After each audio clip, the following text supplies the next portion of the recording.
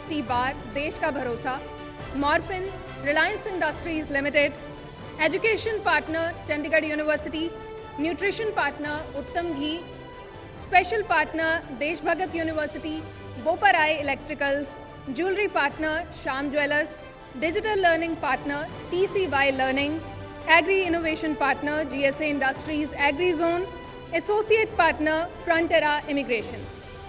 This evening, the discussions will focus on rethinking luxury and reviving traditions in a new look. We have here with us royals who are defining royalty by engaging with their tradition and history in a new way. Designers who are conserving tradition through interior designing. Fashionistas and screen artists who are making choices that count. So let us begin this evening with an audio visual.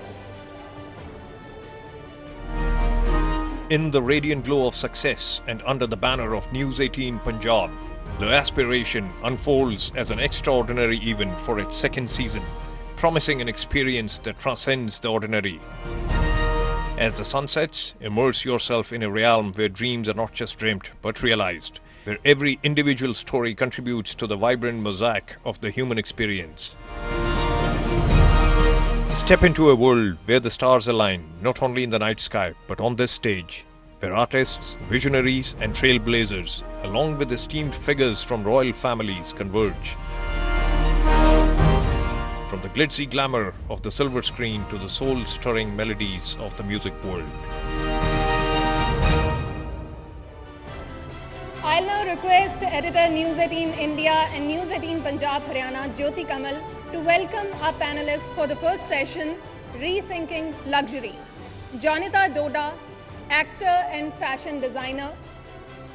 Siddharth Daspa, designer and founder of Daspa House, Jodhpur. Born in Chandigarh, actress Jonita Doda made a name for herself in Punjabi, Hindi as well as Tamil cinema. She is the co-founder of Chandigarh Fashion Week, through which she is promoting talent, accessibility and the rich heritage of India. Thakur Siddharth Singh of Daspa is a designer and the founder of beautiful Daspa House.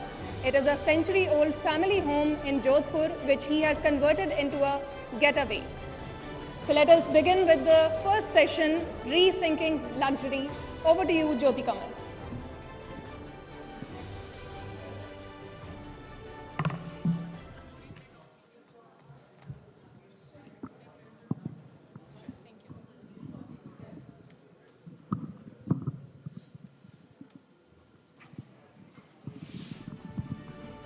Thank you so much, Archie. So we started off this whole aspiration last year, in fact, and this is the second time that we are doing it in Chandigarh. We did another session in Udaipur. So the idea is that we talk about as India is progressing, as things are moving forward, as people are kind of wanting the finer things in life. We talk about luxury, we talk about experiences, we talk about very kind of discerning kind of things that people have started expecting. But along with it, we pause and kind of take a look back, because you are people who have lived it, who have seen it all, that when you started off, what was your perception of this whole thing? And as you now look back at it, what is your perception now? And as insiders, how do you kind of really look upon all of this? So the idea is that we kind of explore this whole field and we try and figure out how things are in terms of aspiration, how things are in terms of India moving forward, how things are in terms of reality, how things are in terms of fantasy, and then how all of this actually leads to ambition, which drives a lot of people forward.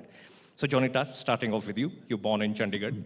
You have acted in movies. You have kind of done Saman 3D, which was like a 3D movie, which was a romantic movie. One normally doesn't associate a 3D movie with things popping out of it to be a romantic movie. Yeah. You would rather expect it to be an action movie, or you would rather expect things to be kind of really flying out of the screen. So what was that about? Why did you choose to do that? And what was that whole concept about? And how did that whole thought process happen? And why did you choose that? So first of all, thank you for having me and, putting up this great initiative. We are living in a world which is, in a continuous process of flux, So, to talk about aspirations, luxury, and all is like really imperative. About Salman 3D, it's like, I have always, so again, I think it's about aspiration. I was, while growing up, I always wanted to be part of something that's India's first, so I thought I was kind of manifesting that, I should be in something which they would say, Jonathan Arora in India's first, blah, blah. And when Salman happened, so it was the first time that, they were making a love story, a drama in 3D, because as you said, we only see, the action thrillers, and we have seen, the avatars and all of that. So yeah, it was like interesting to do that, and to shoot normal emotions when you have to be technically a little more, perfect about, and take care of the angles of, because it's a 3D thing. So how, to get the impact in the 3D vision. So it is more than just acting, but you have to also take care of the technicality. So I think, yeah, that what inspired me to take on Salman. Yeah, but you were just talking about the fact that it's a different platform in that sense when you do a 3D movie. Yeah. So what's different about it? You were just pointing out a little bit that it's about the angles, it's about a little bit more, but what's different? Do you act normally? Is it just about the cameras? Or do you also have to worry about how you are kind of really working for those cameras? So technically it is technically it is different, because the cameras are different. They're not the normal cameras, they're 3D cameras. So, and for you as an actor, basically you're just acting, but then even if you have to go back and check your shot at a monitor, so you just can't go and see. You need to have your 3D glasses, otherwise you can't see what's happening, right? So that is a basic difference. And as an actor, what adds up to the difference of shooting, for example, if I'm just doing something where I just do this, so I will have to make sure that whatever is in my hand, the object should fly in that particular direction, because only then in a 3D it will have that impact for the audience. They're going to feel it's coming right on them. So yeah, then that is an added thing as an actor. Otherwise, it's normally acting like how you would do in a normal camera, a normal film. Yeah. So Jonita, you come from a business family, and so what was it that really triggered you that this is the domain that you want to get into? What stage, at what point did you decide, okay, this is what I want, this is how I want my life to pan out? When does that happen? Does it happen in pre-teenage years? Does it happen during your teenage years? When does it happen in college? Actually, how did you really define it? I think I kind of never planned that I'm going to be an actor. I always say that, I'm an actor by default. Possibly God wanted, okay, she should be an actor. I was still in school when, there were these ads, they were making this ads for some Hollywood Hollywood production house. And, they offered me that. And I was like, oh, okay. At that time, I had absolutely no idea that I want to act. And it was like a pricey little princess. Okay, all right, I should try. And that's how it began. And then it's absolutely, the love for cinema that grew. And I knew that, okay, I want to be an actor. But so for me, it started. Then there was a break, and I got back to my studies, because I really believe that education is very important. It's vital. Then again, yes, then I was like, okay, this is something that I would, to tell stories, would be something really beautiful. Yeah. You're from Chandigarh, but you have always found the southern movie scene very exciting. Yeah, and you even kind of really like, say, Mammootty or Mohanlal, the Malayali actors. Yeah. So what's it that kind of really fascinates you about the southern film industry, and how do you kind of discriminate between distinguish between their working style and the working style that you see here? Did you find any noticeable difference in how the southern film industry works? Yeah, so I think the southern industry is way more professional. We are definitely getting there. Though, I made my Punjabi debut opposite the legend Gurdas Mann, So I have my fair share here as well. But southern industry is definitely way, way more professional. And, it's like, if you would know that, you will remember even the Hindi Bollywood movies initially, they used to have their entire post-production work happening in, Madras, when it was Madras. Because they were technically way ahead of us. I'm talking Bollywood. Punjab, we kind of grew in the last 10 years, is when the Punjab industry is really come up and is doing well for itself. But yeah, I think that was another thing that kind of attracts me to South cinema is the way they tell their stories. They are open to innovation. They are open to different concepts. They were not stuck to, or they're not sticking to just one thing. They are open to experimenting. And one another thing that I really like about them is that the people, the audiences, they are very loyal to their, movies. And I think that plays a major role. That is something that gives the producers the liberty, the makers that liberty to, try and do something, new, to try some, innovative scripts, because they know that their audience are going to like kind of, they'll have the back and, they'll come, they'll watch the movies, which kind of lacks here. And I just hope and I always tell the audiences, like, if you want your children to come up, if you want to see more stars, from amongst yourselves, you have to start watching your cinema. You got to like start supporting your cinema. That's like, when the makers will have that, thing to bring in new people, bring in new subjects, and help everyone. Fantastic. In fact, we have Shabnam ji, the Yuvraj Singh's mother, also joining us. Thank you so much for joining us today. Yeah, thank you so much. We'll just go to Siddharth. I'll come back to you for the Chandigarh Fashion Week. That's an initiative that you started. But Siddharth Daspan, just to talk about the fact that you have created a very eclectic experience in Jodhpur. You are from Mayo, and then another classmate of yours also from Mayo. You went and studied in Milan, Italy, and then you decided to come back and have this very eclectic experience that you would set up. One normally sets up a restaurant, or one kind of gets into music, or one gets into art, or one gets into curation. But when you kind of put it all together, you have Daspa House. So where you get everything. So which is basically that if you have to kind of have a meal, then that whole kind of feel has to be an experience. It's not just about the meal, it's about that whole ambience, it's about the music, it's about the curation, it is about the meal also. Why did you think of this concept, and what is the kind of audience that you're catering for, and where did you sense that there could be a demand for something like this? Right, so I think design, I'm a trained designer, so I think design has a big role to play in it. When I shifted back to Jodhpur, we were renovating the house, and we didn't want to kind of run a very conventional hotel. So the whole idea was to have a space wherein design meets hospitality in all forms. So it could be uniforms, it could be curating tables, and at the same time giving a platform to your regular art culture around the state or the country, but in the real sense, which is relevant today. So giving it a more interactive, a more profound way of understanding what the artists are doing, and in terms of having the right mix of art. And when I say art, it could be art in all forms. It could be cinema. We showcase like documentaries. It could be bar takeovers. So you have different bartenders coming on board at the cocktail bar and making some amazing cocktails. There is of course music. That's something which I personally really enjoy. So most of the things which happen in the house is what we enjoy doing, and that's what kind of translates to a better show which you can kind of put together. And also to kind of make things a little exciting for your team, essentially, because obviously with like your regular operations in a hotel, I'm sure people get bored, right? So it's just exciting for the team to kind of see exciting things happening every month. And it's the back of house, maybe your kitchen team comes in front and kind of sees what's happening. So sometimes small things like those keeps like the team energetic, and it's just exciting for everybody to work in a, like an innovative, friendly environment. But it's a lot of hard work. I mean, you could set up a restaurant, you know that here is my set menu and this is how I'm going to play it out. Here is the interior designer who's done it all up, and that's about it. Thereafter, it's just going into a repetitive mode in terms of the meals that you serve. But in your case, you have to continuously innovate because it's continuously got to be an experience. So you've got to keep kind of rejigging, rethinking, redoing, renovating.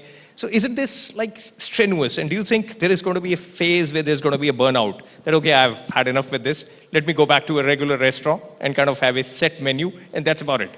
So how difficult is it, or do you enjoy the process? No, I think it's the other way around. I mean, if I'm doing the same thing every day, I'll get burned out. So you'd rather kind of do something exciting, which would, keep you going. And just stuff like having your team or your guests kind of come in and have an experience which is very immersive to kind of, because like we were talking before, like you were saying before, like luxury, the definition I think changes every day.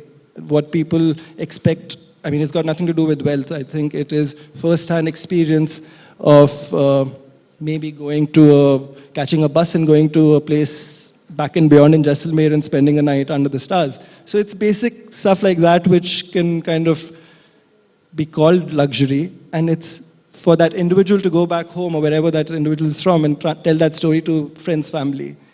That's what I think luxury is for me. So, but what is the kind of clientele that you see there? Because you've started this concept called Soapbox also, which is where you kind of experiment with different kinds of music also, and people who are kind of invited to come and perform there. So you kind of tried a jazz experiment there. So how did all of that pan out, and what is the kind of clientele that you're catering to?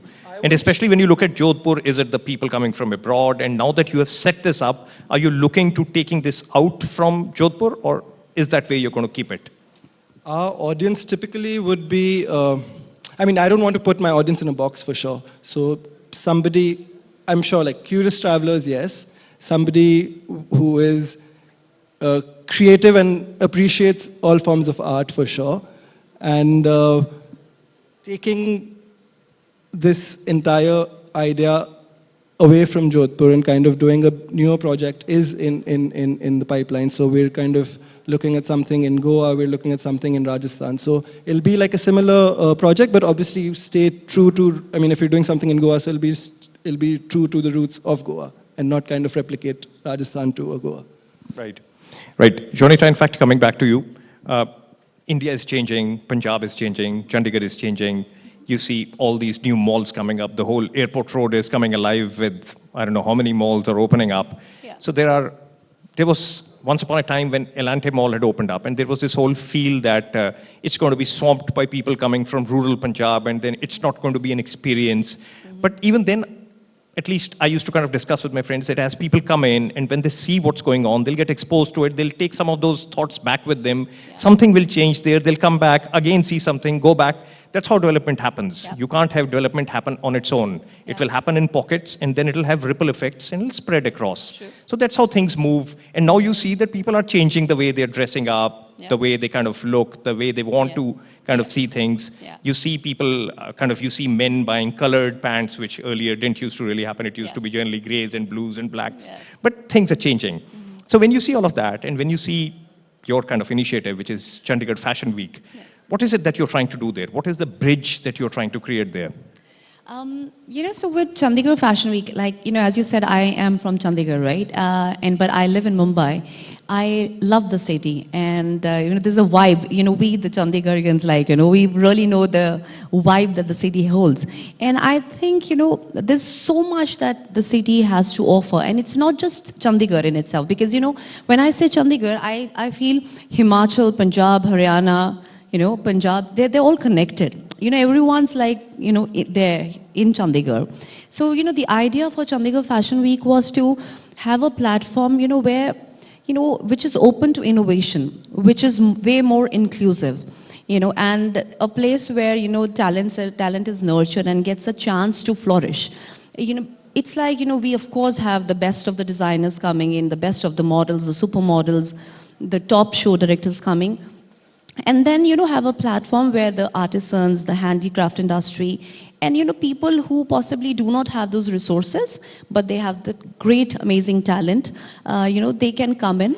And how we are different from the other fashion week is that, we are an e-commerce platform. So it just doesn't end with one event, So for anyone, for the artisans, for the handicraft industry, the people, it is like a year-round thing. So once it starts, it's there, So we can, it's like a way to go global. And I feel, these are the times, when we need to aspire and grow together. It's not just about me, myself. It's about us. It has to be about my happiness, but how my happiness can also add some smiles to the world. That's what I believe in. I think that's where the idea of Chandigarh Fashion Week came between me and my brother. And taking it forward.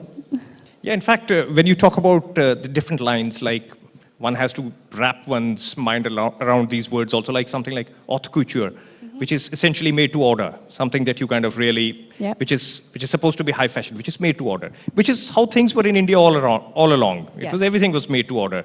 Then came the pret-a-porter kind of lines, where it's ready to wear. So now, again, things are going back to haute couture, once again, kind of really kind of taking a step up. So how do you kind of switch back and forth between these two ways, and how do you kind of decide that what's going to work where? I don't know. I think, I have always believed kind of, that I always wanted to do what I want to do at that point of a time, right? So it's more about, again, it's a very personal choice. It's about like, what I feel like, what brings happiness to me at that point of time. So there has to be like a blend of, a perfect blend between the luxury, between what you aspire to, your dreams, and how your dreams are going to actually transform in, today's scenario. We are in a world which is like so ever evolving, every day there's something new. And we are living in times that is like so social media driven. Like I'm little drifting from the topic. I would tell you, like, right now I've also made a documentary, which is on, the natural disasters and, the environment and all. So, which is absolutely totally different from me being an actor, director, and, fashion. And like someone asked why, or I mean, how can, Jonathan, you think of, something as a disaster? So I was like, because, we, all of us, we really need to know what is happening around us. These are the times when we really need to be much more aware about our surroundings, and we really have to give back to what we are doing around. So I've started working on that as well. Fantastic. I think it's just that the number of opportunities have increased. There's a space for everything now. There's definitely. You had kind of absolute made-to-order happening, which is still happening all across Punjab. You go to smaller towns, it's all made-to-order. Yes. And then you have the ready-to-wear, the Zaras and everything as you come to the malls. And then as you kind of step up, you again get into made-to-order, but then that's a different order altogether. See, people love customization now. Yeah. It is always a feel-good feeling, when you have that extra touch of like, even, when he's saying, when you do that, something extra, you definitely love that. Yeah. So that, and like you were saying, there is all extravagance, and then we want to give back to society. So I think it's just that opportunities are opening up for a lot many things happening, and I think that's a sign of progress. Yes. Yeah. But Siddharth, coming back to you for a quick question, you have also kind of now delved into another experience in your eclectic mix, which is that you find people who do absolute traditional cooking, or could be from some family kind of cooking style, and you get them to come, and then they cook their style of cooking. And then it's an experience for the people who are dining in. And then they also hear the stories of how that particular food was cooked, why it was cooked that way. So it's a very different take, again, moving away from standardization to very specialized customization, and that also variable all the time, which is a different experience altogether.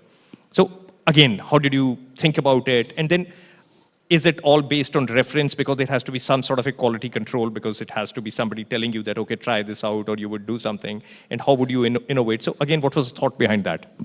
Why don't we see more of this happening all around? So it's like the short story to this is getting something which is made at home right in a commercial kitchen is really difficult, firstly. So you need to kind of understand if you're cooking for 10 people in a commercial kitchen, it's always going to be difficult. So the whole idea is to make this experience more exciting. So you would rather do like a chula outside and have whoever's kind of coming to cook for you to have him or her cook for the guests right there. So this is one of those things you learn on the go. So if you're kind of looking for a real jungly mas, for example, you won't find the authentic one in a hotel. You'll find a similar tasting recipe, but like the real stuff which is made in homes in Rajasthan or around the country. Similarly, what we also do is we don't have a spa in the hotel, right? So if there is like a demand that somebody wanted to kind of get a spa, so there used to be this barber who used to kind of stay or used to come for our haircuts and used to give us a champi. So a champi is something we kind of included in an experience for our guests. So that's something so unusual for somebody who's coming from elsewhere, getting a champi with a navratan tail and that entire vibrator thing happening in his head, they kind of lose their plot. So it's things like those which are small, but that's what makes the difference. Yeah, it's just thinking and taking it by the day and just thinking a little out of the box. It doesn't have to be something very, very, very, it's not rocket science. Yeah. Yeah. I mean, you almost have a business model there. It's something like a homestay and then home-cooked food. You kind of get that. But then this is about real kind of a culinary experience that a household offers, which can almost kind of be something that could really take off. Because there was once this old talk that people would get invited to somebody's house. You kind of buy a lunch at somebody's house. You kind of go and then eat what is cooked there. You kind of get to meet the family and you kind of get to savor whatever is happening. Let's see how that takes off. So, but I think you're kind of sowing the seeds there. So thank you so much, Siddharth. Thank you so much, Jonita, for being a part of this. The idea was that we kind of explore the wide variety of things that people like you who are kind of blazing trails are doing, and that we kind of see more of that happening. Thank you so much for participating in News 18's La Aspiration. Thank you so much. Thank you. Thank you, Jonita. Thank you, Siddharth. Thank you, Jyoti Kamal. Please stay on the stage. I'll now request editor News 18 India and News 18 Punjab, Haryana, Jyoti Kamal, to felicitate our panelists. Jonita Doda.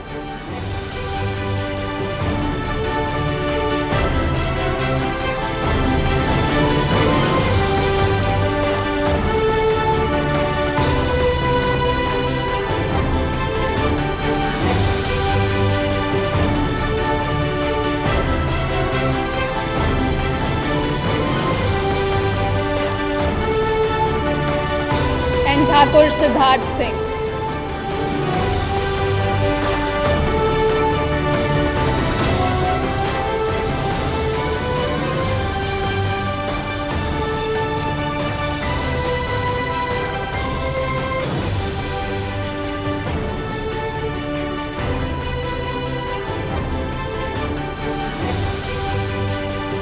So luxury means different things to different people, and it is about creating experiences which people will cherish. Siddharth Singh.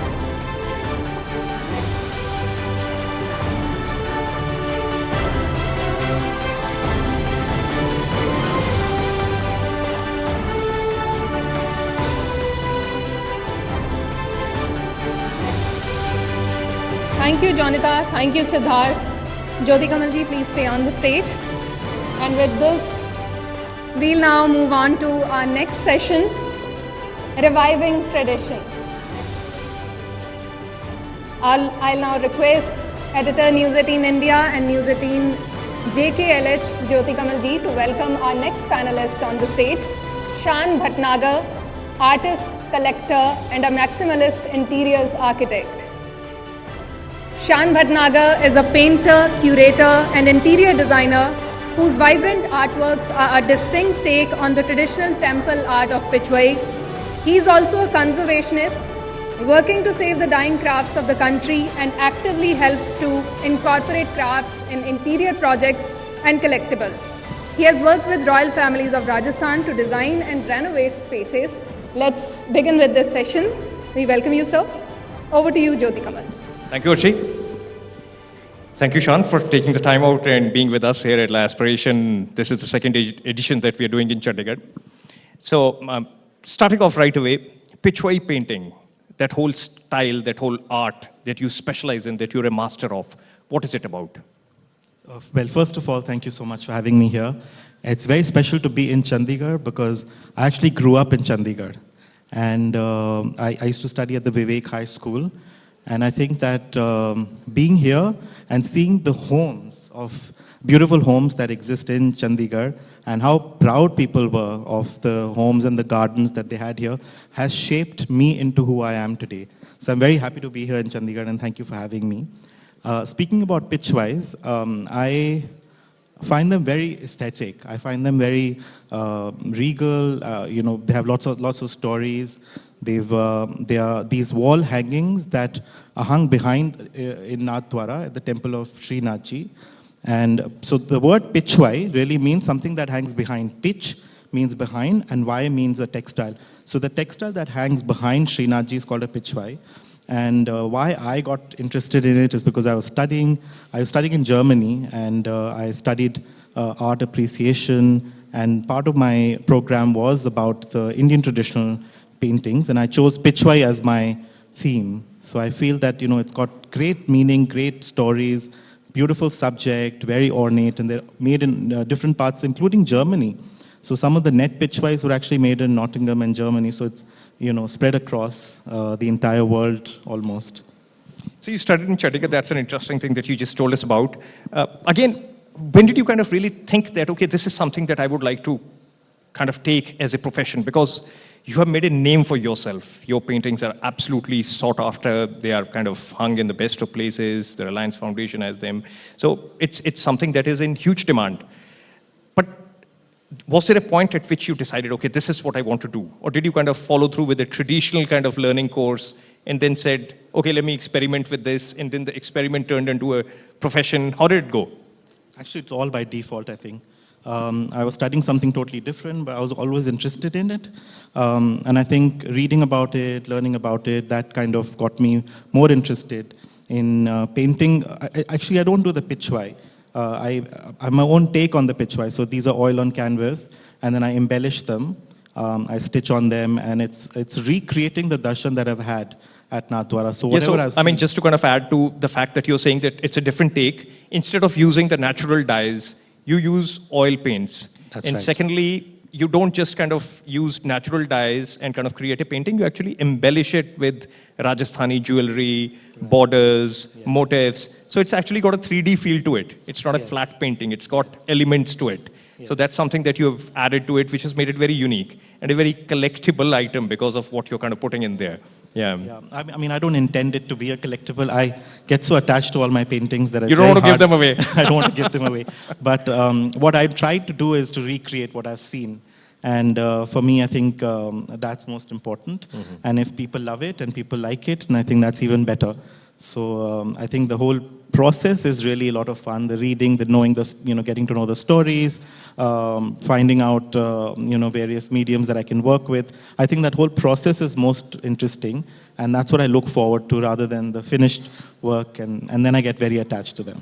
But that's an interesting thought that you just kind of spoke about, that as a creator, as an artist, as anybody who kind of puts in a lot of effort to make something, you get attached to it in the process of making it.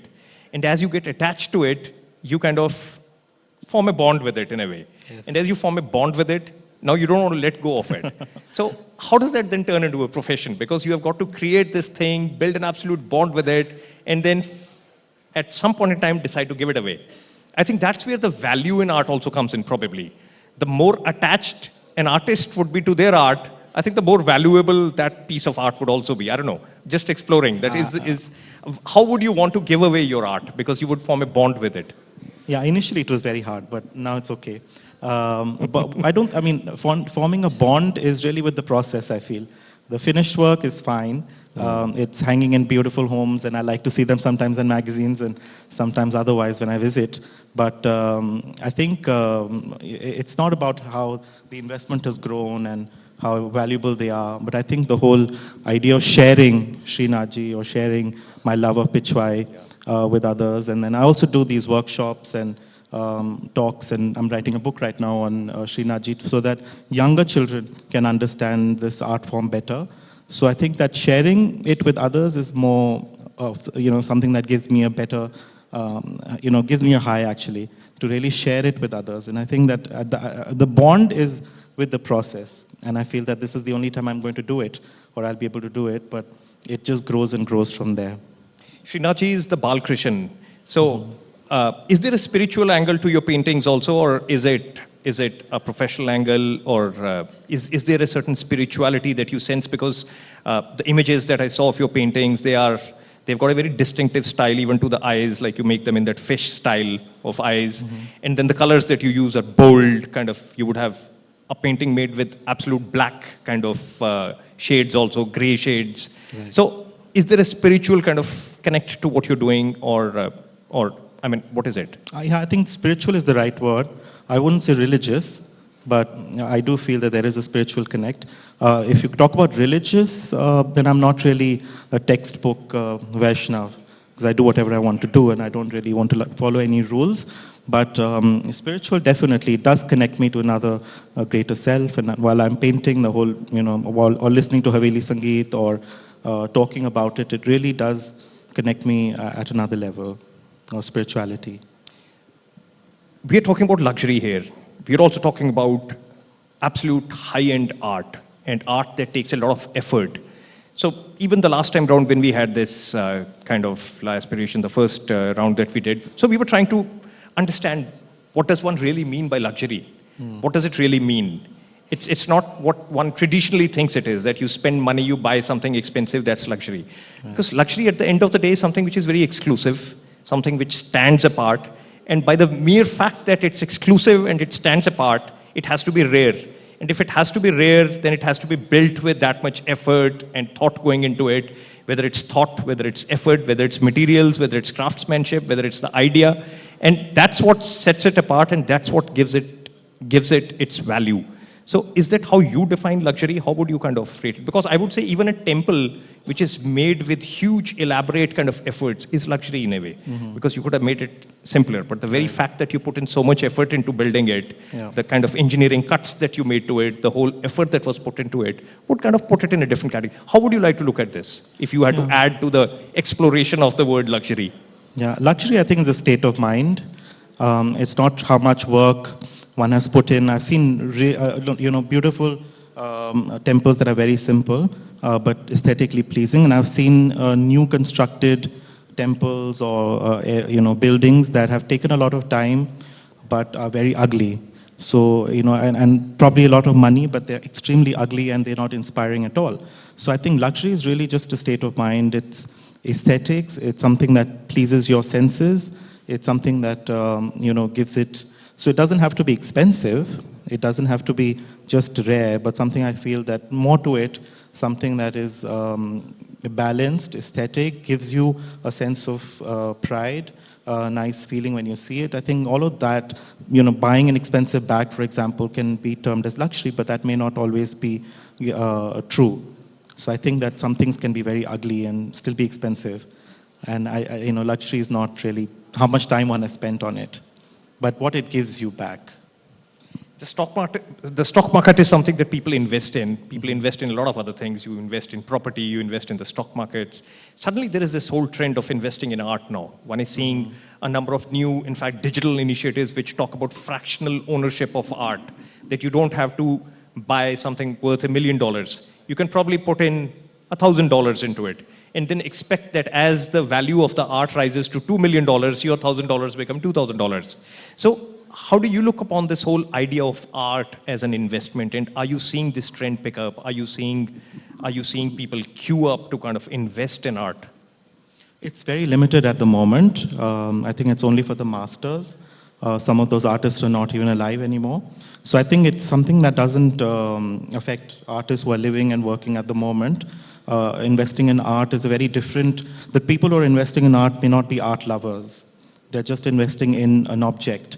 And I think that, it's great for an investor, but for an artist who's working currently, or an artist whose works are very good but hasn't had the platform to show them, I think then it makes zero sense for people investing in art, because I think they're really investing in an object. For example, just for an example, they may be buying a Sousa or buying a Raza. Some of these artists not live. And that value keeps growing, and the same painting will keep coming in the market, or paintings of the same artist. But that's really not doing anything to the world of art per se. So Shan, before we kind of end, just to kind of completely change to a different side, that not just art, you also do interior design. And you do something called maximalist interior design. What does that mean, maximalist interior design? These are terms that we've created, minimalism, maximalism, but India is all about surface decoration, right from Mohenjo-daro to the Rajput palaces, the Mughal palaces, the temples. It's always been about surface design. There's always been carvings, or even if it's something that will go on the elephant, that cover that goes, that velvet cover that is used to decorate the elephant, has such intricate embroideries, and even something that will get missed has, or something that will be behind, for example, the Pichwai, which is behind the deity of Srinath, even that has so much detail. So I think that India is, well, whether you want to call it maximalism or minimalism, India is about surface design. And I think that when they say God is in the details, I don't think God is in the detail of a very minimalist, plain white sofa, and it's really just very plain. And also that maximalism or minimalism, it depends on the place that you're living in also. I think the climate of that place is very important. So in India, most of the Havelis used to have a courtyard in the middle, and it was open to sky. And then the rooms would be around the courtyard. And I think that is conducive to the environment, conducive to the hot weather in India, in the plains of India, where there would be circulation of air. The lattice, the jalis that were intricately carved would trap in cool breeze, so that of course, it painstakingly carved jalis, but they would add to the beauty. But also, it had a purpose. It wasn't just there to add beauty and aesthetics, but it had a purpose also. So I think that those things have remained as part of our culture today. When you go to any of the forts and palaces, especially because I'm from Jaipur, and we have lots of palaces and lots of forts, and all of them are beautiful, frescoes on it, surface decoration, lattice, jalis, and things like that. So they were of course aesthetic, but they also had a purpose and meaning to everything. There's araish. There's this form of plaster that takes it's a long process, and it's about 3.5 feet of skirting around every room and the floor. It's made of marble dust and seashells, and the whole process of making it is very tedious. But it was not only was it beautiful, and they had frescoes painted on them, but it also served as cool surfaces to walk on in a very hot Rajasthan, the desert, state. So I feel that maximalism or surface decoration is part of our culture. It's something that we don't have to think. I think you force yourself. Nowadays, a lot of these homes are clones of Western homes. And I think the glass and steel, why do you want to trap in more sun when it's already very hot? So, the glass and steel structure is very uninspiring, if you ask me. And the plain white interiors don't really inspire me much. But I feel that it's part of my culture, always been part of my culture. India is an amazing country in terms of the kind of traditions and options that exist here. You have traveled all over the world, so you've studied in the US, you would have seen, like in the Nordic countries, they're very minimalist oriented. In fact, the more minimalist a thing is, the more valuable it would be. And for a maximalist, it's in fact strange to find something made very simply being very expensive. But then their society's orientation is towards probably simplifying things, because work at home, is available in India, wouldn't be there. So you would generally want things to be kept clean, neat, simple, rounded edges and everything. So minimalism there and maximalism. But it's an interesting thought nonetheless. Thank you so much, Shan, for kind of taking the time out and joining us here. And welcome back to Chandigarh. You studied here. Good to have you here. Thank you so much. Thank you for having me. Thank you so much. Thank you, Shan. Thank you, Jyoti Kamal. We'll request you to be here on the stage for the felicitation. Shan Bhatnagar.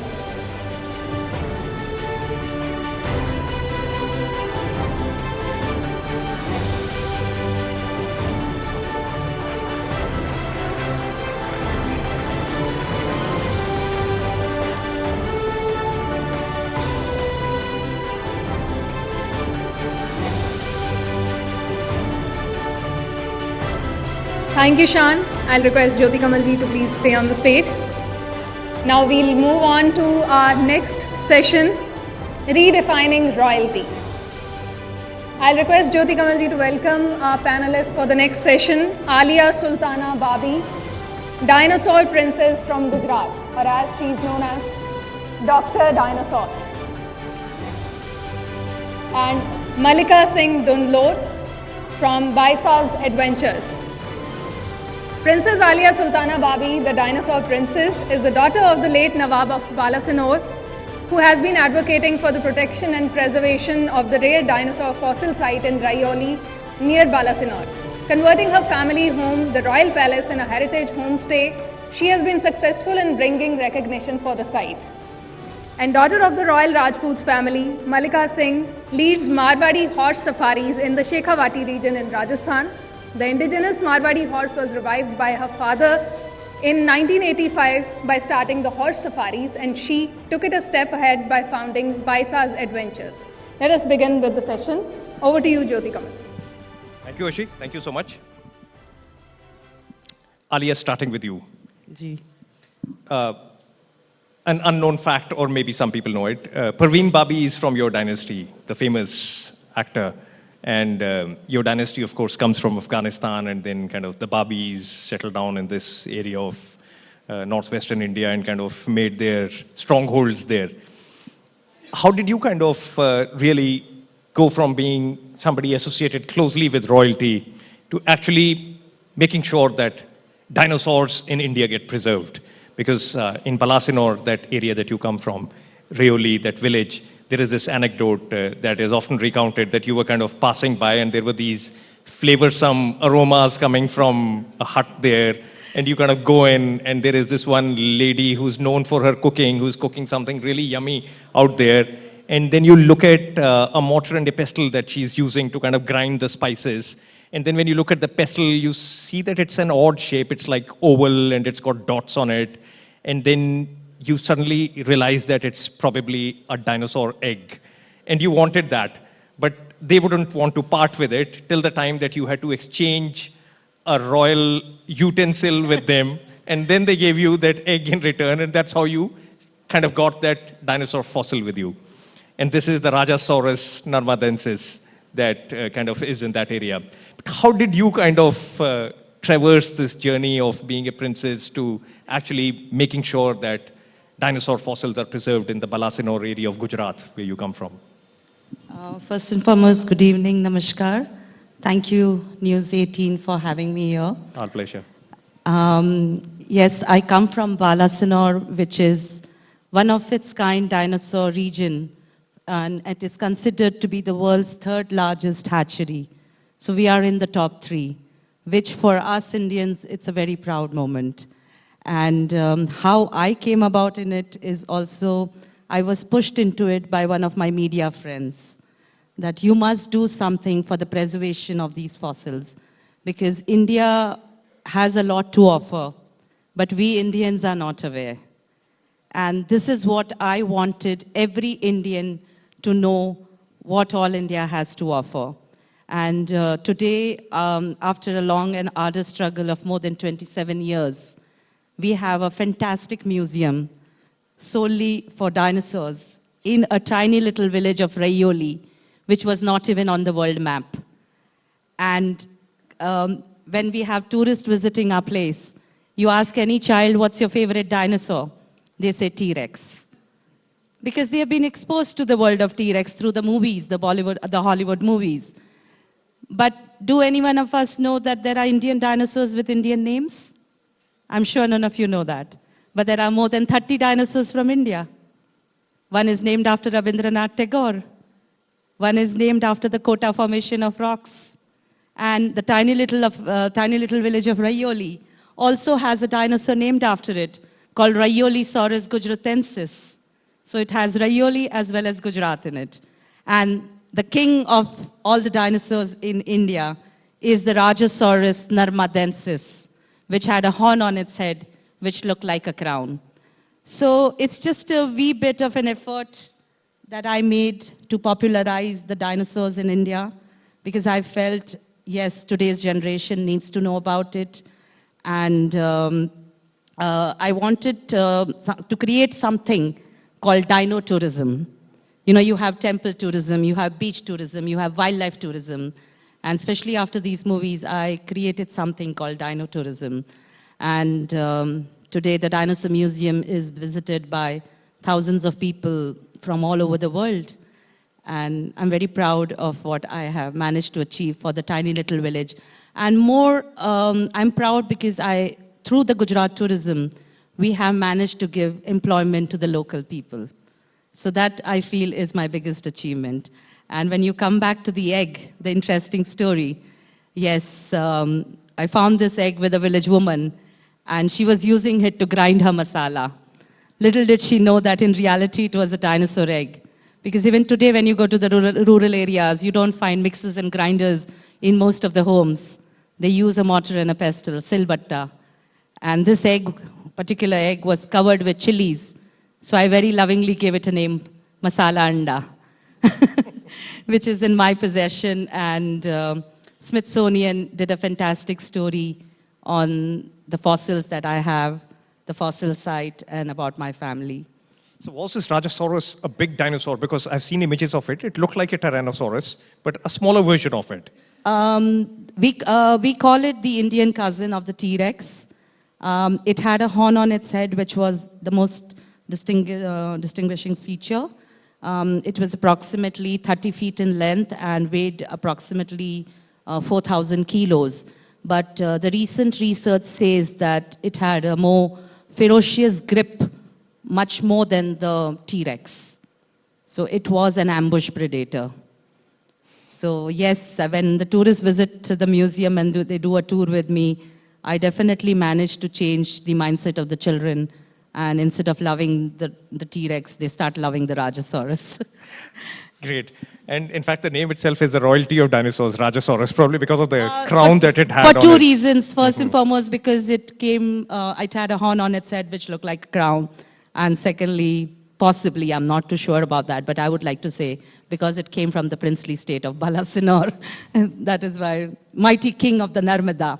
But scientifically speaking, every naming of a prehistoric creature has a significance. The region it was found or who founded it. Right. Yeah. I'll come back to you for another bit of kind of dinosaur trivia that's there in that region, which is a snake that was also found, which used to kind of eat up dinosaur eggs, and like that was a non-dinosaur snake predator of dinosaurs. Some indicus, I forget its name. But I'll come back to you for that. Going to Malika. Malika.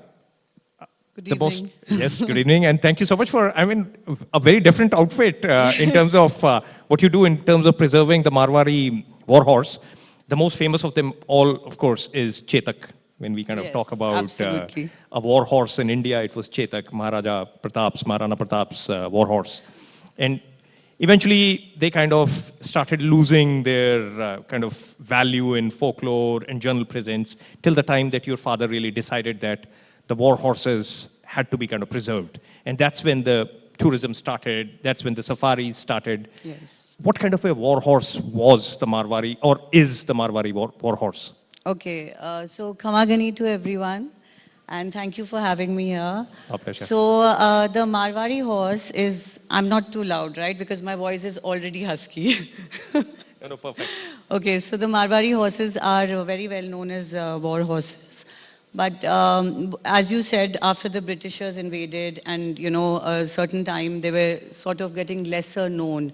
And yes, they are very much read by our children and by all of us when we were in school in the history. But people started knowing more about polo and the thoroughbreds, and at some point, the Marwari horses were not known, and I would say even now the journey carries on. In 1985, my father decided to revive the breed. It was actually just out of his passion. He bought a batch of 25 horses, which was in Jaipur. It was in our ancestral home known as Dunlod House. And those days, there was some information about it in South Africa, that safaris like this take place. So he thought that why not take this forward?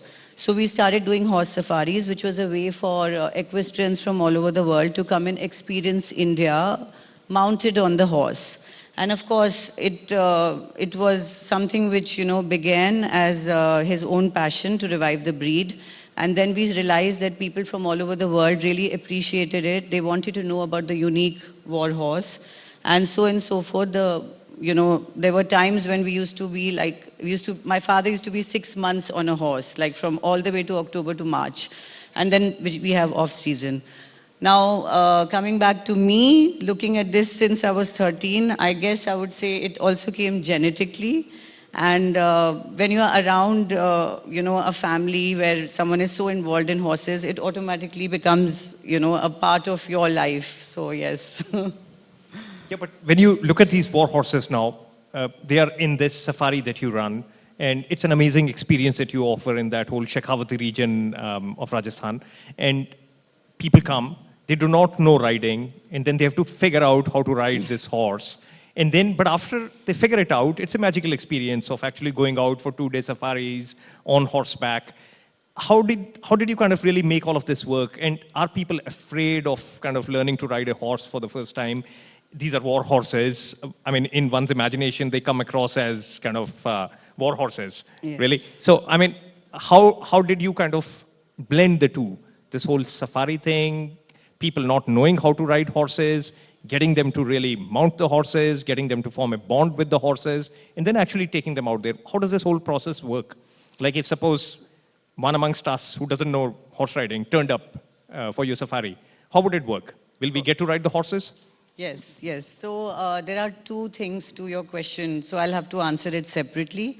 Firstly, when we hear about the Marwari horse, like we know it's the war horse, but there are many more features about it. It's extremely sensitive, it's extremely loyal, and it's very spirited. A lot of times people imagine that, this horse is something which they may not be able to ride. So there are two kinds of things. When we are talking about long equestrian rides, it has to be equestrians which are experienced. We will never let anyone mount a horse who does not know riding. And that too somebody who, we have different levels. It has to be intermediate or in advance because you're going ahead, you're literally like 7 days on a horseback. You're finishing 25 to 30 kilometers. So that is one part of the business.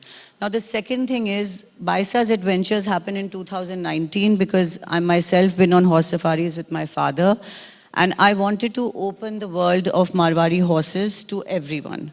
It was my wish that everyone should experience what we feel, and I created this experience called bonding with horses. It's something which has really come about well. It's about घोड़े वालों को समझ आएगा जो हमारे grooms करते हैं. It is all about getting to know the horse. In India, everybody is very spoiled. People come here and they go to a stable and they just mount a horse and go. So this is not only for non-equestrians, it's for equestrians also. जब तक आप अपने animal को समझोगे नहीं, how are you going to spend the next 6 days with the horse? They need to get to know you and you need to get to know them. So because of that, this idea came to me that why don't we create this for people who don't know how to ride? So we created an experience where they could come and brush the horse, get to know how to put a saddle, simple stuff. A lot of touch is involved, and everybody who likes animals will love this experience because you're getting also, it's very therapeutic. It's extremely interesting to be around an animal. People do feel that it's a bigger animal, so they tend to, sort of have different ways of dealing with it. I just let it go on and carry it on as the comfort of the person who's right there. There is no time limit to it. There are people who end up wanting to be with the horse for a way longer time. There are people who end up saying that, look, we would just like to watch. The person next to us could go ahead. So you get a basic lesson of how to put a saddle. We get you to mount the horse and a basic lesson on the posture and the little start of how it is to go riding. I've had people who've come back to me and said that we want to join a club. We are going to get to ride now. And eventually when we sort of get somewhere, we may want to come back to you. So this is just a small way to sort of get them to experience how it feels to be with, a Marwari horse and not anything to do with knowing how to ride. So that's it.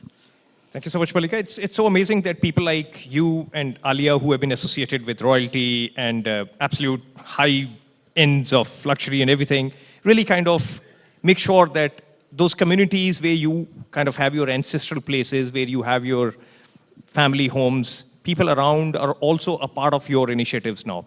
They become an absolute part of that ecosystem that people like you who have taken the initiative have created. You're offering an experience to people, and along with it, you're offering a livelihood to people who are kind of in that area. So Alia, in fact, you have started your own line also called Alia. So, which has got a lot of these people from that area feeding into it.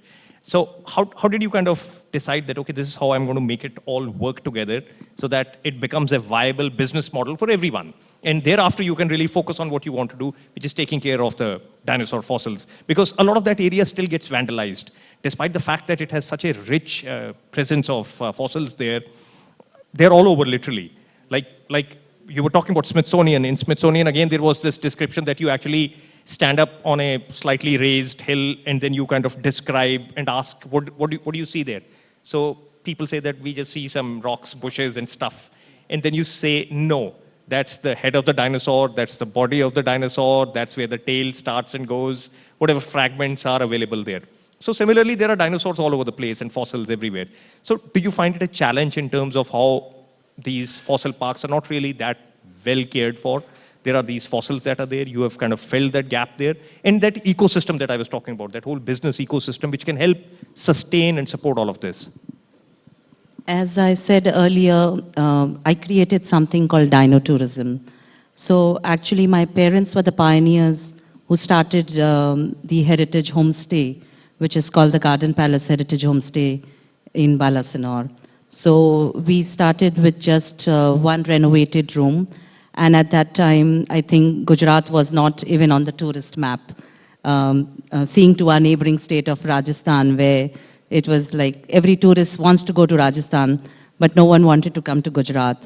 So when we started our place as a heritage hotel, what do you offer the tourists? Of course, Gujarat is very rich in terms of arts and crafts and all, but that is more or less in Kutch and the other areas.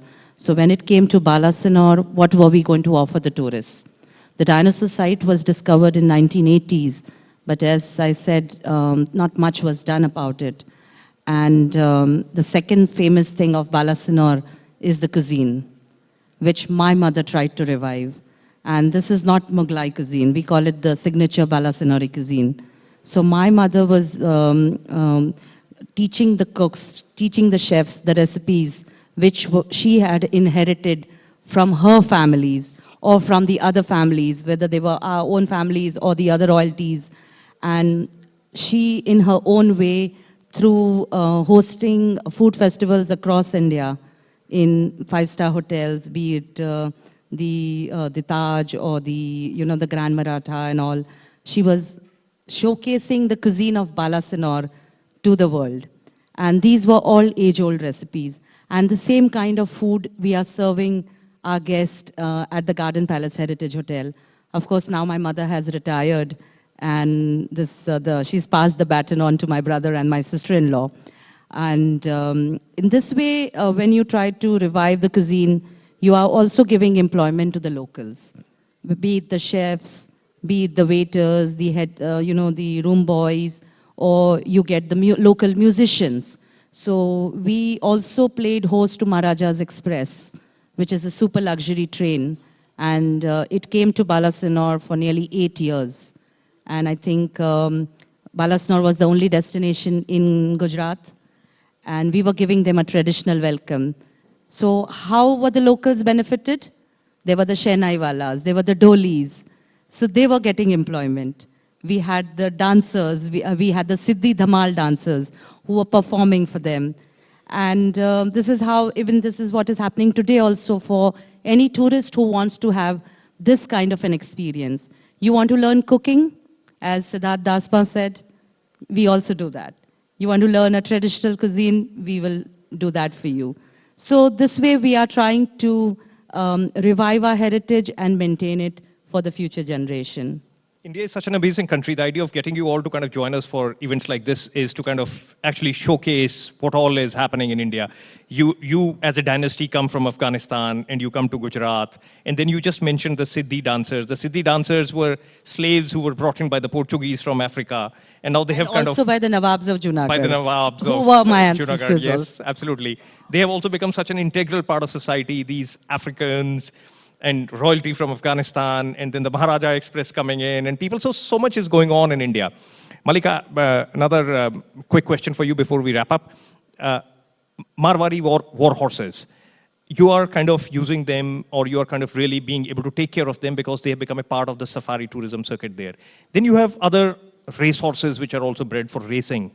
So there are the breeders, there are the racers, and then there are the safaris. So do you see horse numbers in India rising? Do you see the horse having a good future that will kind of gallop into? Or do you see horses numbers going down in India? In Punjab, you specifically have the Nihangs who really take care of the horses, and they kind of make sure that horses in Punjab are kept alive. But are you seeing numbers increasing, dwindling? What's happening to horses in India? So I very much see that the numbers are increasing. I mean, I wouldn't even like to put it like that because there's a whole world out there for Marwari horses today. And we are proud to say that it's because of the hard work of many of our elders who have been passionate about the Marwari horses, and that is the reason we are here today. It's completely different when we talk about races, when we talk about sports, when we talk about polo, and we talk about safaris. Each one has its own importance. And all I could throw light on is that Marwari horses are extremely well known for tent pegging. It's one of the sports we take part in. We are very well known also for the endurance. In fact, my first endurance was a 40 kilometer. It was with my father. We were in a group of 4. And I got my first gold medal in endurance nationals. And I would say it's not because of my hard work. I would say it was 20% mine and 80% my horse. So there is a whole world out there where the horses are taking us. I would like to personally say that, in fact, my uncle, Colonel Sarpratap, he's here in the, in the people here. And he has a stable called the Stables. And he is really fiercely, taking jumping also for the Marwari horses.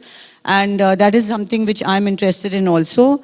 I'm also interested in dressage for the Marwari horses. So there is nothing which is not possible for the horse. It's just that they are differently trained.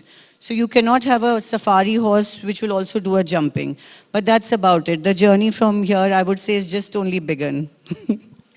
Thank you so much. In fact, you spoke about endurance. A little known fact that an animal that can outrun horses in endurance, in long distance, is the human being. So humans can actually outrun horses on a continuous stretch. So that's like a little known fact. But thank you so much, Malika. Thank you so much, Alia, for being a part of this evening and joining us here. Thank you so much. Thank you so much. Thank you so much, Alia. Thank you, Malika. Thank you, Jyoti Kamalji. Please stay on the stage. I'll now request News18 India editor to felicitate our panelists, Alia Sultana Babi, Dr. Dinosaur.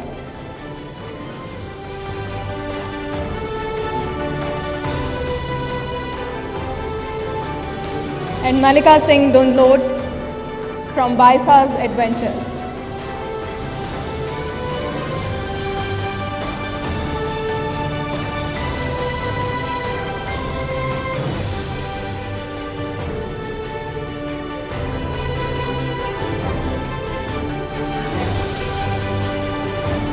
Thank you, Alia.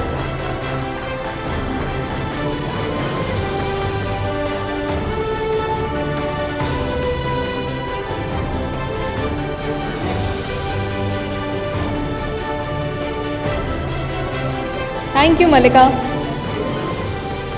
I'll now request Jyoti Kamalji to please stay on the stage. And we'll now move on to our next session, Realizing Celebrity. I'll request Jyoti Kamalji to welcome our next guest, Ahana Kumra. Ahana Kumra is an Indian feature film and TV actress. She is known for her small screen debut in Yudh, where she played Amitabh Bachchan's daughter.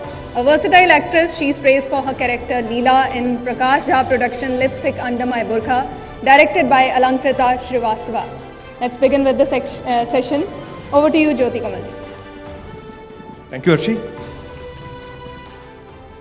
Thank you, Ahana, for taking the time out. We were not expecting that you'll be able to make it, but here you are. So thank you so much.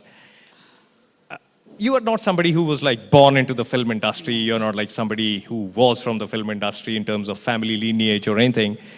And yet you kind of chose to get into movies and into the whole glitz and glamour of Bollywood. How was your journey? Because you had your ups and downs, you had your initial pitfalls, and here you are, an absolute confident, poised person now who knows the industry in and out. What was your initial experience like? First of all, I'd like to thank you, Jyoti sir, for having me here. And thank you, Network 18. I'm very delighted to be in Chandigarh. I think I'm back in this absolutely fabulous city after, I think, 3 or 4 years. I came pre-COVID because I was doing a show called Color Me Blue, which was with the Indian women's cricket team. And I was in Moga to interview Harmanpreet Kaur and her family. And I was in Chandigarh briefly because this is where she trained. And really happy to be back here, so thank you so much.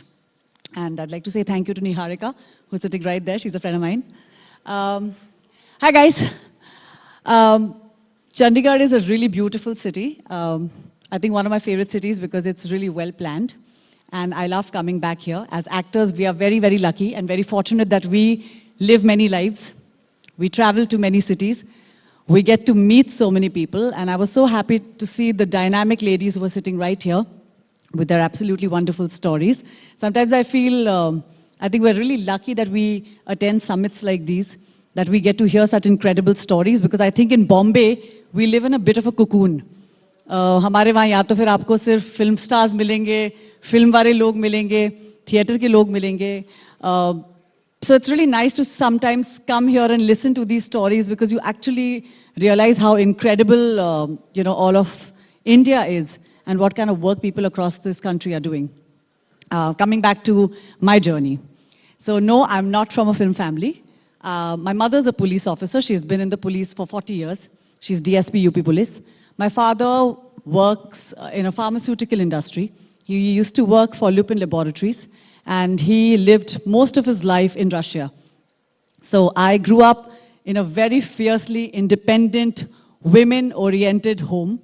I have an elder sister who's equally inspiring, and I don't think both of us have ever been brought up like women, like girls. We were always like literally kicked out of the house and be like, jao, jaake gymnastics seekho, jao, swimming seekho, ye seekho, wo seekho. So I think right from the word go, I was always, since a child, I was doing things that I think most boys were doing. I have played all sorts of sports. I was always thrown into the football team or the swimming team or running team.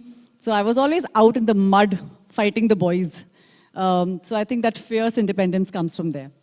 I came to Bombay in '97 when I was in 7th standard. And I finished 3 years of schooling here. And then I joined this really wonderful place. I don't know if any of y'all have heard of Prithvi Theatre.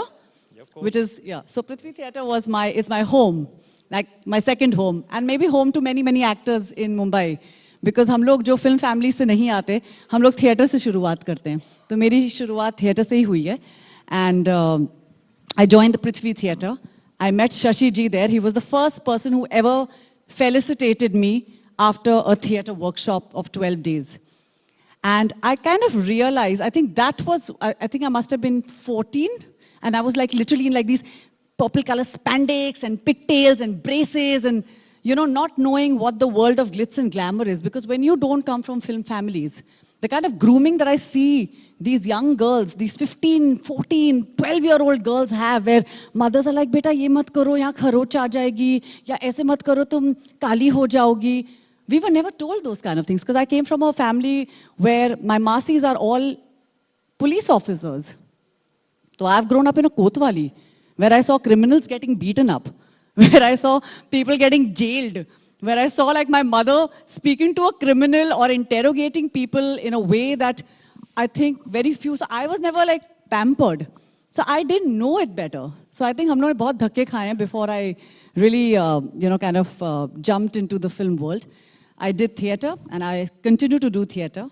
And I was really lucky that my first break was with Mr. Bachchan and the kind of work that I've been doing. So I don't think like I choose films. I think the cinema that I've been doing has chosen me. You were, like you said, you were from a family where there were a lot of very strong lady police officers. And then you kind of went to Bollywood, you kind of got your big breaks, you made it on your own. But it wasn't like all an easy ride in terms of the fact that it's not as rosy or as clean and clear as one would probably imagine. And that probably was a bit of a bump for you in terms of how all of that played out. Were you kind of prepared to handle that? And coming from a police family, you must have thought that, okay, my mom is a cop, nothing can ever happen to me and nothing can go wrong with me. I mean, I can always take her name. But it wasn't the case. In fact, there was a low phase of your life. What was that about? Well, I guess nobody's ever prepared, especially in the world of glitz and glamour. It all looks very nice and beautiful, but nobody knows that sometimes we put in 48 hours of work. कभी-कभी आपको 48 hours काम करना पड़ता है, कभी-कभी आपको 24 घंटे काम करना पड़ता है, कभी-कभी आपको घर ही नहीं मिलता है जाने को, कभी-कभी आप वैनिटी में सोते हैं. So it's a very difficult world, and I wasn't fully prepared for it because I didn't know. जब मैं लखनऊ से हूँ खैर, when I came from Lucknow, and I come from a family where everybody is either in a corporate or like is in the armed forces. तो कोई army में, कोई navy में, कोई पुलिस में, कोई एडवोकेट है. So you know how it is. Like it was always a set thing कि आहाना UPSC exams देगी, फिर IAS officer बनेगी, IPS officer बन जाएगी. So it was a very like straightforward way and path for me, which was kind of paved by my parents, and they had a certain vision for me. But when I came to Bombay and I started doing theatre, I think that's when my mother realized कि you know, maybe this is what you want to do, because I never attended a single lecture in college. My principal, I was like the ghodi in the college, you know, like the one who knows the winning trophy wali ghodi. I was like that person, you know, my principal, Indu Shahani. She would like just let me be. I'd never appear in the blacklist because I was always winning trophies for college. So I think somewhere deep down, everybody around me knew that I wanted to act. Does acting mean primarily films or cinema? I don't think so. I think there's also a world of theater, which is what I was very fortunate to have, and I still have it, because I think even today, when I feel very low and I feel like, okay, you know what, cinema is not really doing the kind of work that I want to do, or the kind of cinema I want to be associated with, I go back to theater. So coming to the phase that you spoke about, I think all actors go through that, because when you have rejections every day of your life, when you're told, you know what, आप अच्छे नहीं दिखते, आपके मुंह पे बोला जाता है रोज कि आप भद्दे दिखते हैं, आप बहुत मोटी हैं, आप बहुत लंबी हैं, हमारे एक्टर्स इतने छोटे छोटे हैं लड़के. So there are many things that many times when I remember I used to do scenes, my actor was told कि भाई लड़के को पाटला दे दो, लड़की बहुत लंबी है. You know, things like that happen. And you get rejected basis your height, you get rejected basis the way you look, you get rejected the basis the way you think or talk. If you have an opinion, you should keep your mouth shut, because sometimes that's not appreciated. Because they don't want women who are fiercely independent. They don't perhaps want women who speak their mind.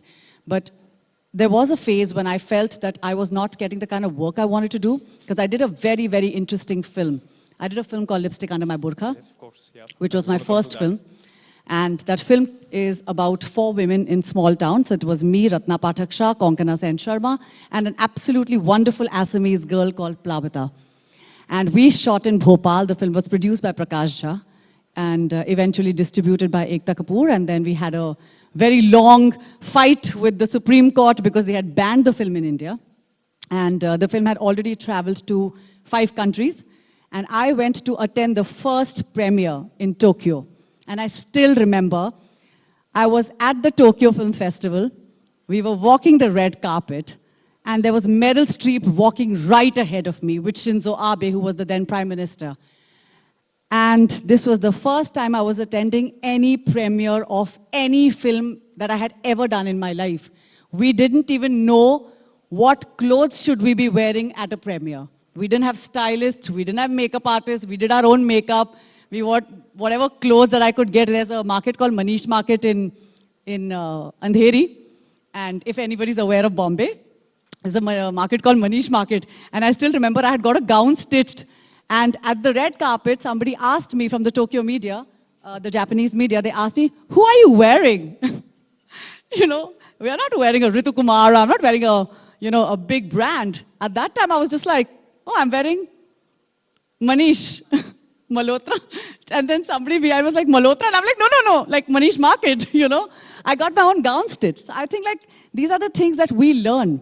And I'm really proud of the fact that although that low phase was there, because I didn't think I was getting the kind of cinema, when the film premiered, I still remember when the film premiered in Tokyo, there was pin drop silence. So the Japanese audience is not like us, where we go like roaring laughter. You know, Indians are like khule dil ke. They go like, they laugh loudly, they cry loudly, but that's how we Indians are. And I still remember there was pin drop silence. And then there was a long line of these women waiting to take photographs with us. So they were taking a photograph, and there was this one particular lady who came, and she just like hugged my director, Alankrita Srivastava, and she started crying. And for the life of me, I could not understand what was happening. And I was like, what is happening? Why is this woman crying? So then the Japanese translator told us that that woman told her in Japanese, how did you know our story? I could not believe, I had goosebumps. Here I am in Tokyo, in one of the most advanced countries of the world. And there is this woman who comes to us, hugs my director and says, how do you know my story? Our film was made in Bhopal, in a small town in India. How did that story relate with somebody in Tokyo? That's when the penny dropped for me, that the stories of women all across the globe are the same. Whether you are in America, Whether you're in England, you could be in Tokyo, you could be anywhere across, you could be in Iceland, Norway. The stories remain the same. And that's when I realized that, you know what, I don't think I have a different story. I think women across the board, across the country, are facing misogyny, patriarchy in some way or the other. And I think that's given me hope. And that's given me strength to be, I think, the woman that I am today. Fantastic. In fact, like you had mentioned this earlier also, that these are not stories that are confined to India. These are global stories. And the fact that you highlighted them and that you had a Japanese come up to you and say that, how did you know our story? So, yeah, of course. But the fact is that you emerged from all of this. You came out much stronger. You went through your low phase that's behind you. And I mean, what would your advice be? What would be the lesson? Because when you were in that low phase, you would have probably felt that it's just going to be like this forever now. Am I going to get out of it at some point in time? But now it's the past. So now you have kind of moved on to a confident future. So when you look back at that, what is the advice that you would like to give people? How do you kind of tell them to hold on? How do you tell them to be resilient? How do you tell them to kind of make their way out of that phase? That phase will be over. It's not something that's going to be forever. But how do you convey that message? Through your own experience, through your own lived experience.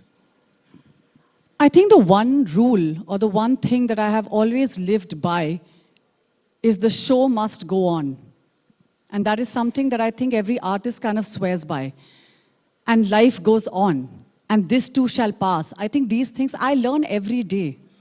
So I'm here as an actor, but I probably will meet somebody who's from like a different industry altogether. And I'll learn something from them. And I think the most important thing that we don't do in our lives is that we close ourselves to learning. We should not stop learning. As people, as human beings, I can learn from an animal. I can learn from a person. I can learn from somebody who's really young. I can learn from a mother. I can learn from a father. There's so many places I can learn from. So I don't think we should be close to learning. And I think the only advice I will give to anybody who wants to make it in the film industry or to anybody who wants to be in the media industry, because this is a very, very harsh industry, and you may know this because you're in the media. And anybody who's in the media knows how harsh and how ruthless and how brutal our industries are. We should never stop learning, and this too shall pass. I think I always believe that the next day is going to bring something wonderful, and that happens. I think you need to just have that faith and kind of hold on to that. There are many times in our industry when I think we've also got very lucky with the OTT. Yes. I think that's something that I would was just like going to ask you about that. That OTT suddenly is an option now. I think I'm just like... yeah. And when you look at that kind of business now, and you look at that whole opportunity, is it also kind of moving into that whole film kind of line in terms of that also becoming selective, that also having those same lineages, or does it still have that freshness to it? No, I think when the OTT began, you're absolutely right. When the OTT began, I remember I did this one very interesting show called Chukiagiri, and that show was on YouTube. And Anand Tiwari, the guys who've made Bandish Bandits, I don't know how many of you all have watched Bandish Bandits. So my friend Anand Tiwari, who also is a very dear friend who does theatre with me, he made this absolutely wonderful show called Chukiagiri. And I remember I had gone to Baroda for a play, and somebody came to me and she was like, "Hey, Rati!" And I'm just like, I just looked around, I'm just like, is she talking to me? And I was like, where have you seen this? And she's like, it's on YouTube. And I said, what, really? And I'm talking about that time when YouTube was not like YouTube, what it is today. I'm talking 2016. And I was like, where did you watch this? And she was like, I watched it on YouTube. And I was like, really? Is it that popular? So I feel that, when OTT began, TVF was really small. TVF was just doing skits. And today, look where TVF is. We were all doing very interesting shows. We were telling very fierce stories. And I am very proud to be a part of the OTT because I think I have managed to be a part of some incredible shows like Betal, which has been produced by Mr. Shah Rukh Khan. And, and the show called Marzi, which also spoke about violence against a woman's body. And I think it was an absolutely wonderful show. It was very ahead of its time. So there are many, many interesting shows that I did and a lot of my friends did. And these are my friends who are doing theatre, like Jaideep, or for that matter, Gulshan, or for that matter, Jim Sarb. The guys who've all become really popular today. Rasika Duggal. Rajshri Deshpande. These are some incredible names. These people would have been nowhere had OTT not come into being. A Trial by Fire would have not been made today. Delhi Crime would have not been made today. Anybody remember Shefali Shah from Monsoon Wedding? She was incredible Monsoon Wedding. And then suddenly you see her in Delhi Crime. And there she goes to win the Emmys and, and like the show's winning multiple awards, internationally. And then there is a Netflix, and then there is an Amazon, and then there is a Z and a Sony, and everything comes into play. But now suddenly we see that the same hierarchy that was happening in cinema is happening in OTT. Where suddenly all the film stars have suddenly realized that, you know what, this is a great comeback for me, so I'm going to do a show, and that show is going to revolve around me, and everybody else is going to be like a second lead or a third lead. So I think the same pattern that was happening in cinema is now suddenly happening in the OTT. So I do see that. But does nepotism kind of bother you, or you think that like a business person's child might kind of get into business, somebody else can kind of take up that same line? So why not in the movie business also? Why is this kind of critically kind of spoken about each time around? What's your take on it? I mean, are you okay with it? What do you think? Should it be? Should it not be? This is a deep question and a very difficult one to answer. I think, okay, so coming to the fact that जब मैं छोटी थी, I remember कि मेरे school में, I was in Lamatnia Girls College, and I still remember कि मेरे school में जो भी मेरी classmates थी, they were all daughters of doctors. And every time I would ask them, what do you want to be? They would all say doctor. And today they are all successful doctors. And there are many, like, if you come from a business family, you can't just leave your business. Because your fathers, your forefathers have taken that kind of pain to become those people, to build an industry, to build a name in that industry. So I don't see anything wrong with nepotism. But does that come in the way of our work? Yes. Does that disallow me to put a foot in the door? Yes, it does. Does that stop me? If I'm going to have a daddy call up a production house or a producer and say, hey, you know what, drop her and take my daughter instead, that is a problem. I am not at all opposed to the fact that these children should be given opportunities. In fact, I feel it's tougher for them. Because when your father or your mother is so successful in an industry that they've probably broken their back to be a part of or be successful in that industry, it is very, very difficult to be able to build your name. And I can tell you at least 3 or 4 very, very successful film family kids who have not been able to make it in the industry. So I feel that opportunities should not be grabbed away from the people who call themselves outsiders. I still call myself an outsider because I feel like I'm still trying to figure the industry. You know, it's not an easy industry to kind of figure out where you want to put your foot. But I feel like nepotism is there. It's always going to be there. I hope our opportunities are not grabbed away by these daddies, papa ki paris, and you know, whatever that I could call them. I hope we get equal opportunities, and I sincerely hope that the OTT really continues to doing what it started out to do. Give equal opportunities to actors who have been probably standing in the wings for years, waiting for that one opportunity that's going to let them shine. Ahana, so good to hear your strong story. That was so inspiring. Thank you so much for being a part of Aspiration. Thank you so much.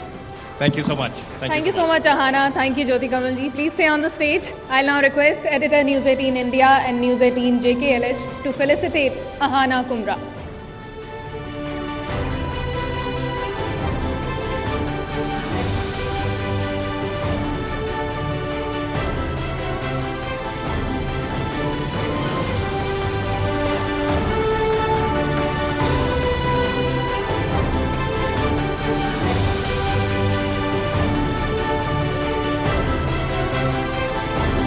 Thank you so much, Ahana.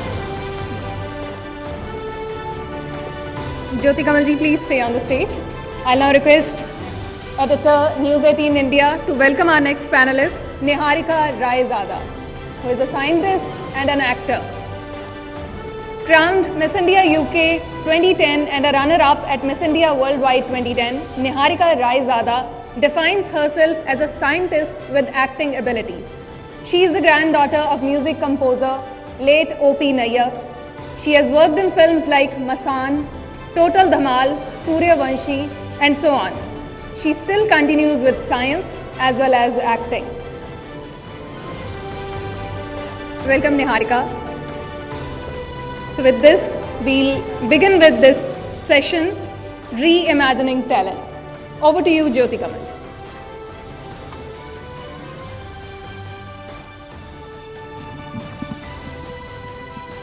Thank you so much, Archie. And thank you so much, Niharika, for taking the time out and being with us at this Aspiration Summit again.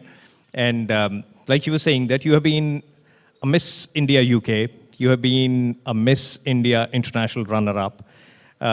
And all of that kind of really something that you hadn't really worked for in terms of that being your primary target. You had kind of got into this whole medical, translational medicine kind of a thing, and then you wanted to be a scientist, you were from a science background. How did that kind of dovetail into all of this? At what point did you decide, okay, this is the track that I want to take? सबसे पहले तो सत श्री अकाल. Good evening, everyone. Thank you so much, Jyoti, for having me. I feel very honored to be on this platform. The talks that you've had are brilliant, and it really shows the diversity that India has. Why did I choose the beauty platform to come up in the glitz and glam world? The short answer is, it's one of the easiest ways to connect with people from this world. That's the short answer. And I always knew from a young age that I want to be part of the cinematic world. So the beauty platform was one platform which was accessible to everybody. There was no stereotype there. There was no blockage. There was no barrier. Anyone from any background could be a part of that. And at the same time, if you got recognized on that platform, you would be considered, you know, by potential people who might do cinema. And my target has kind of always been cinema.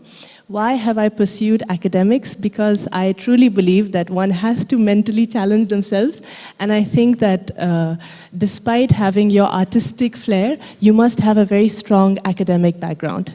And it is my family's principle, it is our culture that we must educate ourselves. And I chose science and I chose medicine. And in my family, there are many people who have had cardiac ailments. So I wanted to specialize in cardiology. So I've had two passions in my life, cinema and cardiology, and I've been very clear about that from the beginning, from a very young age. The beauty pageants was an easy way to at least get a foot in the door and connect with that world. That was the only reason that I chose that platform. And, you know, to represent India in any way has always been a dream of mine. So I think to win, I actually won. So I was very happy about that. You know, despite all the odds against me, I've had a lot of odds against me my whole life, but I still won. So it was very good. You studied in Luxembourg, and you've seen the best of both worlds. You have kind of seen how education is in the West. You kind of acted in a Western production, which was Coyotes, and thereafter you have kind of obviously worked in India quite a bit. How do you kind of compare what it was like in the West and what it's like here? And the very fact that you've also been a Fulbright scholar. So you have been really kind of taking academics, learning to a certain level. You've been exposed to kind of education in the West, and now you are here in India. How do you kind of see you're bringing all that experience and exposure to India? Has it enriched you? Did India kind of help you in terms of your education there? How do you kind of now bridge these Western and Indian influences? So first of all, I must tell you, I have built my life the way I wanted to build my life. From a very young age, I was very clear that India was going to be my final destination. Because you may, question where these thoughts came into my mind, but I truly saw India as a diamond, for the future. I thought that India is going to prosper in every way possible. So India was always my final destination. By fluke of how my parents landed up in Luxembourg, my father worked for the European Commission. Luxembourg is one of the headquarters of the European Commission. And we were born there. We are 3 children. And we are very fortunate, and it's a privilege to be born in Luxembourg. It's a very small country, very rich country. And, there's so much to learn from there. But belonging to an Indian family, I have a very strict father and a very Indian father. My father is from UP and my mother is from Rajasthan. And I think growing up, we have always had a very Indian upbringing, despite being in Europe. And I've always missed my grandparents. I never got a chance much to stay with them because we were always abroad. So coming to India was a must for me, on the cards. Now, how I got here, I took my last bit of Fulbright scholarship money and I came with that to India. Before that, because I was Miss India, I was actually brought when the World Cup happened in 2011 as a brand ambassador. And again, I was introduced to the world of sports life in India. And I've been very fortunate. I've been now a part of so many different aspects of Indian life, you know? And that's exactly what I wanted. I wanted this life, you know, I wanted to be a part of it. It is very different. And even the filmmaking process is different because we make films in Luxembourg which are government funded and they have no expectation of a box office. Whereas in India, people make films only mainly to make money. So that approach towards filmmaking is very different in both countries. Apart from that, I think that the process is the same.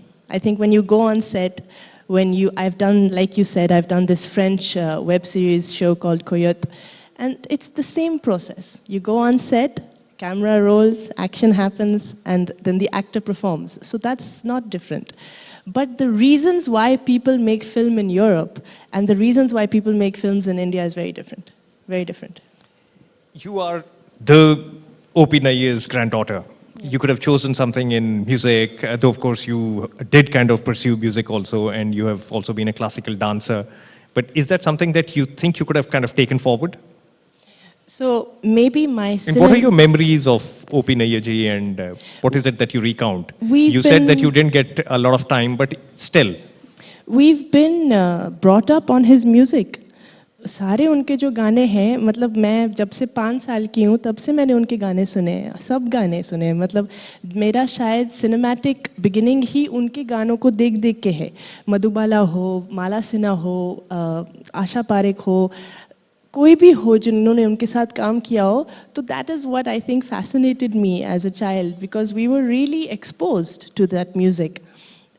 Old memories, when we used to come to Delhi, we would meet, you know, we have a place in Punjabi Bag where his sister and him used to stay. But my grandfather, you must understand, he's a very alhad and aloof personality. वो अपने में बहुत रहते थे, and जिस समय उन्होंने film industry में कदम लिए, तो वो फिल्म इंडस्ट्री के ही हो गए, तो फैमिली के इतने नहीं रहे, और ये हो जाता है किसी किसी को. तो I think that whatever interaction I've had now are from the people who have interacted with him during my journey here that I've been in India. मैं कितने सारे लोगों से मिली हूँ जिन्होंने उनके साथ, उनका आखिरी जो 20 साल था उन्होंने थाने में स्पेंड किया है, जो महाराष्ट्र में है. तो वो लोग जो उनके साथ उस समय में रहे, I've had discussions with them. जो हमारे कुछ फैमिली मेम्बर्स हैं जो ज़्यादा नहीं बोलते लेकिन फिर भी उनके साथ जो इंटरेक्शन है, और फिर उनका संगीत. मैं हमेशा यही कहती हूँ, an artist's vision is visible in their art, you know, and if you listen to his music and you listen to the way he composed, he was very ahead of his time. So I think that you can see a lot of a person in their art. When you were in Luxembourg and when you had gone abroad, you were very clear that you're going to get back to India because you think it's a diamond that has a lot of potential for the future. Now that you're back here, what's your take on India today and India in the future, going forward from where we currently are? Do you kind of stick by what you thought, or do you want to have a second take on that? So I have seen the journey starting from Anna Hazare to Modi ji, and I have seen a lot of growth. I have seen a lot of growth, no doubt. I am from the medical and healthcare industry to begin with. That is my underpinning and that is my beginning. So I would definitely like to say there are many aspects of India where still there's a lot of development, and, you know, especially in the healthcare industry. जब मैं भी आई थी, तो I would always talk about, you know, research combined with medical applicability. दोनों साथ में होने चाहिए. यहाँ पे इतना R&D नहीं होता. तो I used to talk about that. और बहुत सारे एस्पेक्ट्स हैं जिसमें बहुत ग्रोथ हुआ है. India overall infrastructurally has developed a lot. It is going to develop even further. I'm very proud the way it is growing, and I believe that my hypothesis of it being one of the most incredible countries in the years to come is going to come true. You know, you are like multi-talented. You have really kind of spanned so many different kinds of experiences. You have studied abroad. You have been in Luxembourg. Luxembourg is one of the richest cities and countries in the world. And when you look at Luxembourg and the theme that we are kind of also exploring here, which is aspiration, the aspiration side of life, the ambitious side of life, luxury. When you see what you saw in Luxembourg, and now when you see kind of a lot of demand in India, because when you look at Punjabi music, you see a lot of references to Lamborghinis and Gucci's and Pradas and everything. Right. So when you kind of hear all of that, what do you make of it? Because you've seen it, you've lived it, you kind of can look back at it, you can look forward at it, whatever. So what do you make of all of this? What stage are we at? तो जब हम लोगों को हिंदुस्तान वापस लाया जाता था तो हम लोग दिल्ली में ही रहते थे, तो दिल्ली का जो चलन है ना इन जनरल वो काफी hi fi and brand conscious ही रहा है हमेशा. So that is something which has been seen and I have seen it a lot in the past. वो बड़ा है, that has become more. And as you said, songs are mentioning it. There are so many more references now to luxury brands. But I think what is the most important and what really hits home and what hits at an international level is the fact that Indian faces are now headlining and spearheading these brands. You have Alia Bhatt, who is the face of Gucci. You have a Deepika Padukone, who is the face of Tag Heuer. You have Shah Rukh Khan. You have so many people now who are, you have Manushi Chiller, who is the face of Estee Lauder. I want to be the face of Dior because that's my French background, and that's my manifestation. One day I want to do that because it's my mother tongue and, I have that Indian background. It is my dream, for example. But if that happens, before it was not allowed. Before an Indian face could not be the face of an international brand. But today you see a change in that. That means that people are looking at India in a very different way. In general, if you see the statistics, the market has grown so much.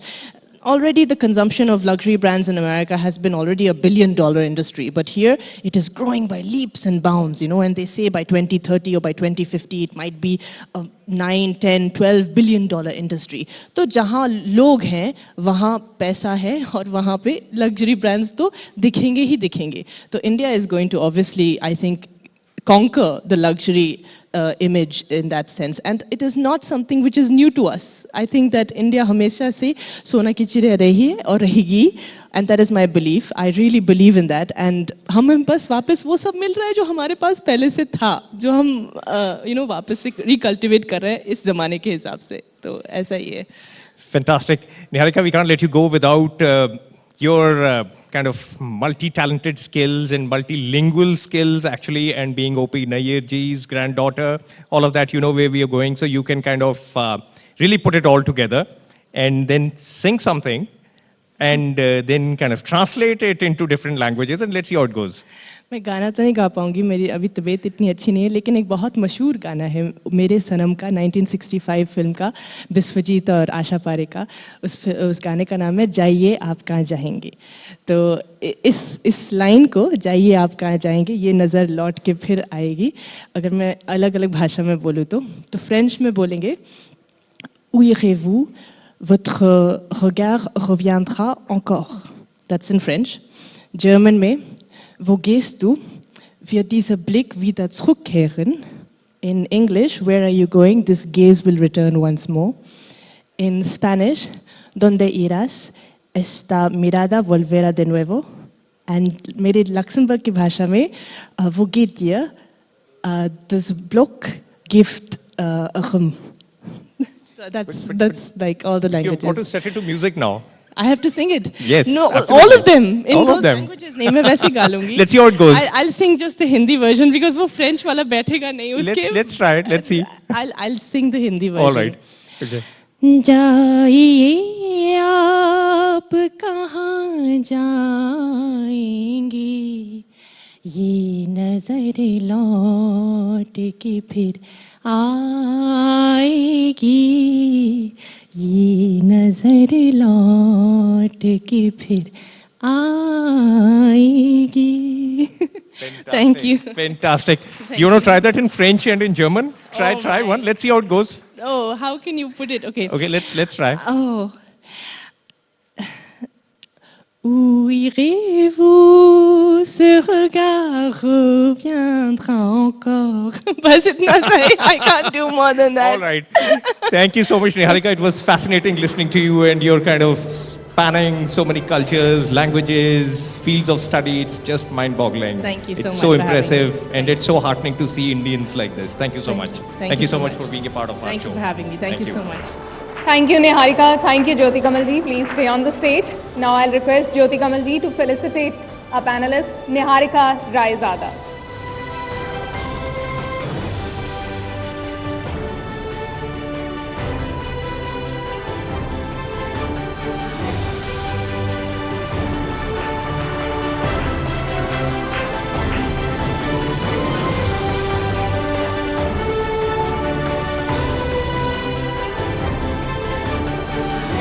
Thank you, Niharika. Thank you, Jyoti Kamal ji. With this, the discussions conclude, and I'll now request the musicians team to please set up the stage for the performance. We'll have a Sufi performance after this. Let us move on to the next part of this evening. I'll request the